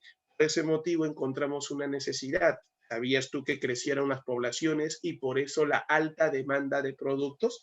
Ante esa situación, ¿qué termina pasando? La burguesía necesita desarrollar mejor la actividad de la industria, eliminando el sistema de qué, muchachos, eliminando el sistema artesanal, pasando a un sistema industrial. Ahora entiendes por qué motivo la educación mejoró su calidad y por eso se desarrolla la famosa revolución industrial. Consecuencia de la revolución gloriosa, la burguesía llega al poder y promueve la revolución industrial para el siglo XVIII. Si este es el siglo XVII, en el siglo XVIII, revolución industrial. Por eso, una condición para que un país desarrolle revolución industrial es que la burguesía esté en el poder. ¿Y qué fue con España? Te dije que la guerra de los 30 años los debilitó. La dinastía Habsburgo empezó su etapa de debilitamiento con Felipe III, correcto, quien inició la guerra de los 30 años, Felipe IV, quien perdió la guerra, y Carlos II, apodado el rey hechizado, ¿no? Pobre hombre, era un hombre con retardo mental, no tuvo herederos, y consecuencia de ello es que se inició una guerra, ¿no? Una guerra por el control político de España, donde dos familias se van a pelear, los Habsburgo, que quieren mantenerse en el poder, como la Casa Austria, y los famosos Borbón, ¿no? Al final, ¿quién ganó? Los Borbón. Por eso que en el siglo XVIII vemos a la famosa familia Borbón. Muy bien, muchachos, listo. De esta manera hemos hablado de las principales monarquías. Mi pregunta es, querido y estimado alumno, alumno Mega, hasta acá, ¿me dejé entender? Cocos, pregunta, ¿me estoy dejando entender? Listo, campeones, gracias a todos ustedes. Ahora sí, pero tú sabes que tiene que llegar el momento donde la burguesía buscará alcanzar el poder. ¿Y cómo es que la burguesía se dio cuenta de que los reyes eran pues en sí personas, muy bien, que están pues en sí suplantando el poder? Personas que en realidad no en sí no representan el poder del pueblo. Entonces ahí viene la ilustración, que es el pensamiento político filosófico basado en el uso de la razón.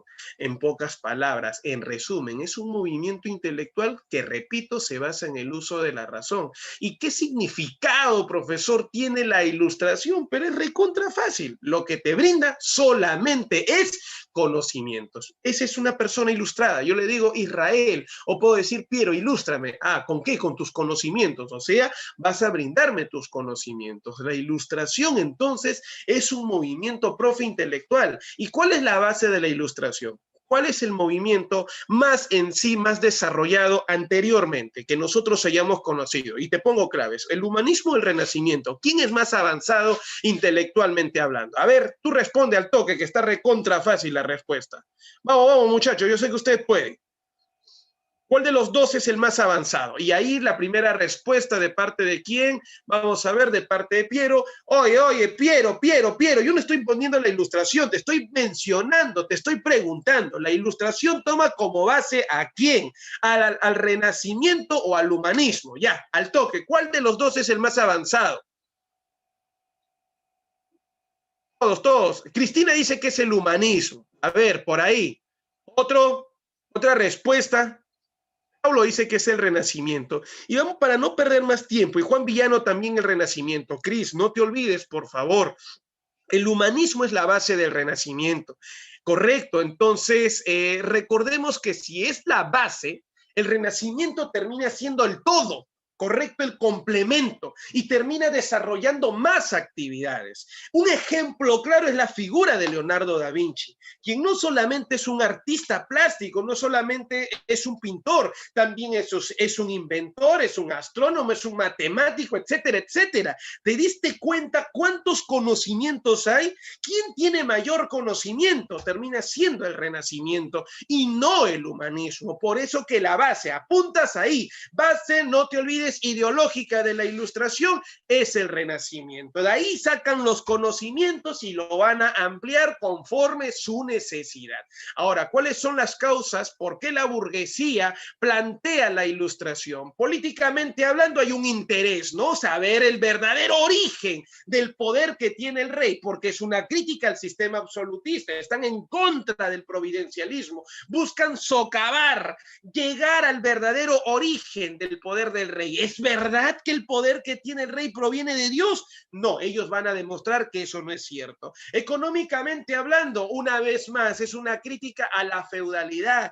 Pero, profe, usted dijo que el feudalismo entró en crisis, pero ¿sabes quién se ha vuelto nuevo señor feudal? Es el rey. Aparte, los reyes, al establecer la política del proteccionismo, limita el libre mercado. Es por eso que los ilustrados proponen justamente nuevos modelos económicos, por ejemplo, la fisiocracia, ¿no? De Quesnay, quien establece la libertad de la tierra, ya que considera que la riqueza de un pueblo, país, nación, está en la explotación de la tierra en beneficio del campesino. Entonces, un modelo económico que beneficia al campesino. Y el liberalismo con Adam Smith representa la libertad económica, el libre mercado en favor del comerciante.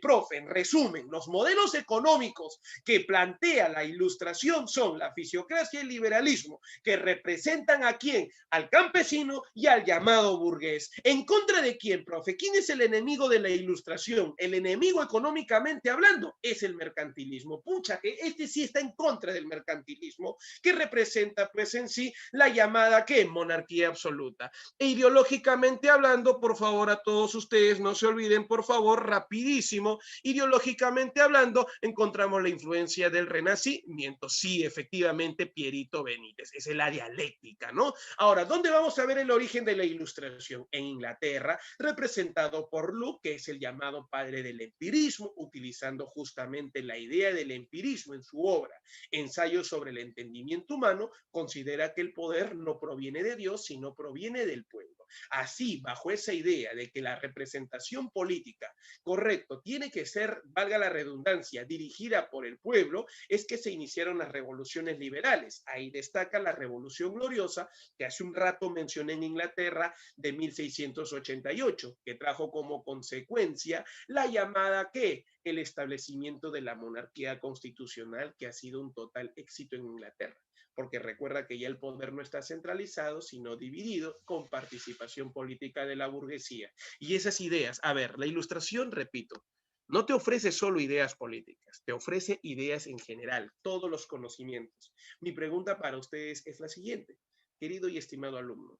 ¿Ellos utilizaron la Ilustración como una base política, como una idea para combatir políticamente hablando al enemigo, o como una idea para desarrollar en sí tecnología? Porque ¿qué es lo que lograron después de su revolución? Su crecimiento económico, perfecto. ¿Y eso lo lograron gracias a qué? Muy bien, señores, claro, a la llamada, pues en sí, no te olvides, revolución industrial. Gracias a que la burguesía llegó al poder, se desarrolla pues la revolución industrial. Bien, quiero comentarte que este personaje que ustedes ven acá, él es John Locke, ¿correcto? Ahora, vamos a ver que estas ideas ilustradas llegaron a Francia, pero ya en el siglo XVIII. En el siglo XVII está Inglaterra y en el siglo XVIII Francia. Pero a diferencia de Inglaterra, Francia difundió estas ideas ilustradas en el siglo XVIII a través de un documento llamado la Enciclopedia. Recordemos, es que es que Francia es el lugar donde logra su mayor esplendor, correcto, y la exportación de las ideas a través de la enciclopedia. El siglo XVIII terminó siendo el siglo justamente donde ellos desarrollaron este pensamiento. Por ese motivo, al siglo XVIII, ¿cómo olvidar que se le conoce con el nombre de qué, muchachos? Se le conoce con el nombre de siglo de las luces. Te repito una vez más, ¿cómo se le conoce? ¿Cómo se le llama? Se le conoce o se le llama siglo de las luces. Muy bien, ahí encontramos, señores, la enciclopedia, que es llamado el Diccionario Razonado de las Ciencias, Artes y Oficios, dirigido por Diderot, correcto, pero redactado por el señor llamado D'Alembert. Ahí encontramos a grandes representantes de este pensamiento, correcto, como por ejemplo Charles de Secondat, que ya te había explicado, es un burgués que tuvo tanto dinero que compró pues en sí el título de la ciudad de Montesquieu. Así lo llamaron Barón de Montesquieu. Él era un hombre opositor a la monarquía absoluta y bajo los preceptos, bajo el ejemplo de Inglaterra, él planteaba, correcto, y escribía una obra conocida con el nombre del Espíritu de las Leyes, donde plantea que el poder se debe dividir en tres: poder ejecutivo, legislativo y judicial. ¿Por qué considera de que el Estado debe dividir sus poderes, debe separar sus poderes? Porque él considera que cuando todo el poder se concentra en manos de un individuo, este individuo se corrompe. Te repito una vez más, cuando todo el poder se concentra en manos de un individuo, ¿qué pasa con este individuo? Se corrompe. Bueno, como todos ustedes saben, terminó siendo expulsado, fue el crítico de Luis XV, no lo aceptó y de esta manera pues quedó ahí Carlos de Secondat o Charles de Secondat, Montesquieu, y llega Francisco María Arouet. Francisco María Arouet es el crítico más radical que ha tenido pues en sí las monarquías absolutas. ¿Sabían ustedes que él tanto criticaba al rey que simplemente el rey, cansado de tanta crítica, un día agarró y decidió desterrarlo, botarlo, pero él regresaba, era terco, choloterco era, lo botaban, regresaba, lo botaban, regresaba. Es así que los campesinos de la frontera de Francia le pusieron un apodo, Voltaire, que significa volveré. Ah, no, ahí va, ahí se va el pata que va a volver, decían, ¿no? Señores, él escribe pues en realidad sus cartas filosóficas sobre los ingleses. Al hablar de cartas filosóficas sobre los ingleses, Voltaire simplemente habla de algo claro, ¿no? Plantea pues en sí una idea acerca de que Inglaterra debe ser el ejemplo que ellos deben de seguir. ¿Cuál es ese ejemplo, profe? El ejemplo simplemente es que deben convertirse en una monarquía ¿de qué tipo? En una monarquía de tipo constitucional. O sea, plantea el establecimiento de una monarquía constitucional. Para algunos historiadores, el amigo llamado Francois María Arouet es considerado uno de los últimos filósofos, correcto, a la vez también fue matemático, porque no sé si ustedes han conocido, otra de las obras de Voltaire fue Filosofía Matemática. Muy bien, ahí está. ¿Listo? Listo, señores. Él era un crítico radical que al final, como te dije, no había otra manera de callarlo, ¿no? Al final lo asesinan. Y desde Suiza llega Jacques, no te olvides, Rousseau, un intelectual, autor de obras como El Contrato Social, que a propósito es una de las principales obras de Rousseau, donde plantea la idea de la república, ¿no? De la libertad del hombre. Recuerda que el contrato social nos dice, ¿no? Una frase: el hombre nace bueno y la sociedad lo corrompe. Y es que resulta que todos nosotros, pues en sí, planteamos, justamente dependemos mucho del qué dirán y es así que dejamos de ser libres. Por ese motivo el contrato social planteaba la idea de la libertad y lógicamente de la eliminación de las trabas políticas. Muy bien, ahora Piero me dice, profe, Voltaire no se llevaba con Rousseau, pero por supuesto, porque Rousseau pues, en sí era un tipo que defendía la idea de la república, mientras que Voltaire defendía la idea de la monarquía. Así sea constitucional, para Rousseau las monarquías no son buenos planteamientos políticos. Muy bien, ahora, Rousseau también escribe obras como El Emilio, que hablan de la libertad educativa, Cándido, Julio Nueva Eloísa, que es una novela que plantea la idea de la soberanía popular. Ahora vamos a hablar que en general Rousseau planteaba de que el pueblo tiene la capacidad de poder gobernar. Es ahí donde nace la idea de la soberanía popular y que terminan convirtiéndose en principios de la llamada filosofía liberal clásica. Ustedes se pueden dar cuenta a diferencia de la ilustración inglesa, esta ilustración francesa tiene más un carácter político. Todos apuntan a que sí o sí tienen que eliminar la monarquía absoluta. Por eso, ahora vamos a hacer un resumen. La ilustración lo que nos ofrece son conocimientos. La enciclopedia termina siendo el documento por donde tú vas a difundir tu pensamiento. La enciclopedia, hijo, escúchame bien acá, es el documento que te brinda todos los conocimientos necesarios. Si nos acordamos un poquito, probablemente tú tengas una enciclopedia en casa. Una enciclopedia que te ofrece conocimientos. Así como hay literatura, también puede haber matemática y etcétera. Hay de todo ahí. O sea, te va a brindar los conocimientos. Estos hombres utilizaron estos conocimientos para conocer la naturaleza del rey y simplemente decir, tú no eres Dios. Por tal motivo, ¿cómo te saco del poder? Si no puedo por las buenas, por las malas. Entonces, la ilustración francesa, a diferencia de la inglesa, sí tiene una idea clara de acabar con la monarquía absoluta. Entonces, quede claro esta idea. La ilustración no está en contra del absolutismo. Son los hombres los que a la ilustración lo van a utilizar y le van a dar un sentido, por ejemplo, antimonarquía absoluta. Ese es el caso particular de Francia. En el caso particular de Francia, sí observamos claramente que están en contra de la monarquía absoluta. Y la consecuencia fue la Revolución Francesa. ¿Sabías tú que en el mundo, cuando se dio la Revolución Francesa, muchos países optaron, ¿por qué, muchachos? Justamente por evitar a estas rebeliones. Y por eso que terminaron ilustrando los reyes. Ese intento por conciliar la ilustración más el absolutismo se le conoce con el nombre de despotismo ilustrado.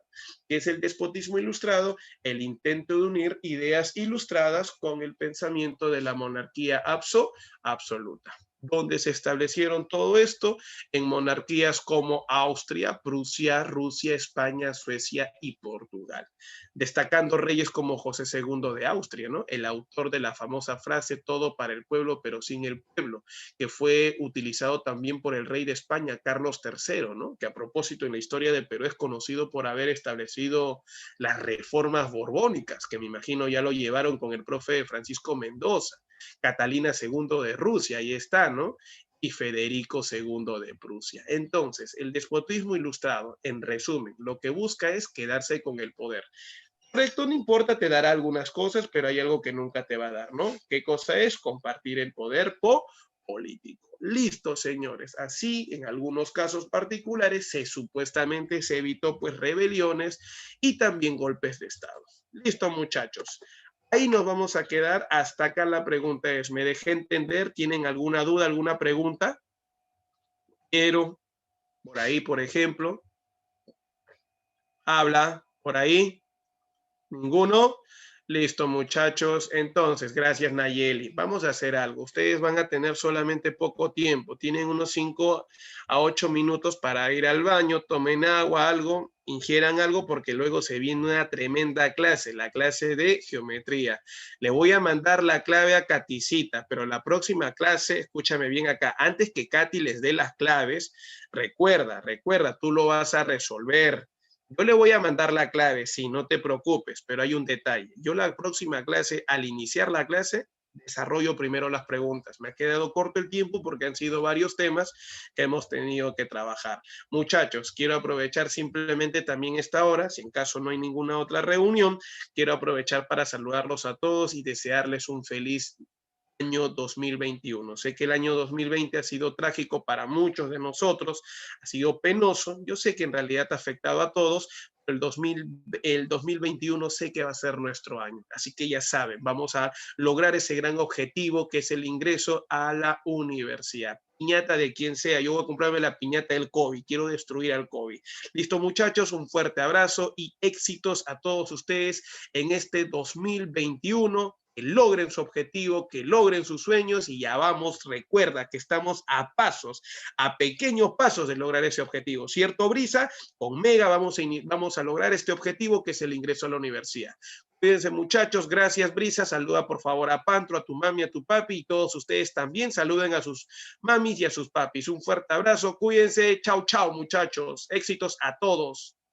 Nos vemos, cuídense, chau, chau. Gracias totales. Nos vemos, Piero, cuídense, chao todos. Gracias, Brisa, nos vemos. Gracias, profesor. Chicos, tienen un descanso hasta las 12 y ya nos vemos con el profesor Febres.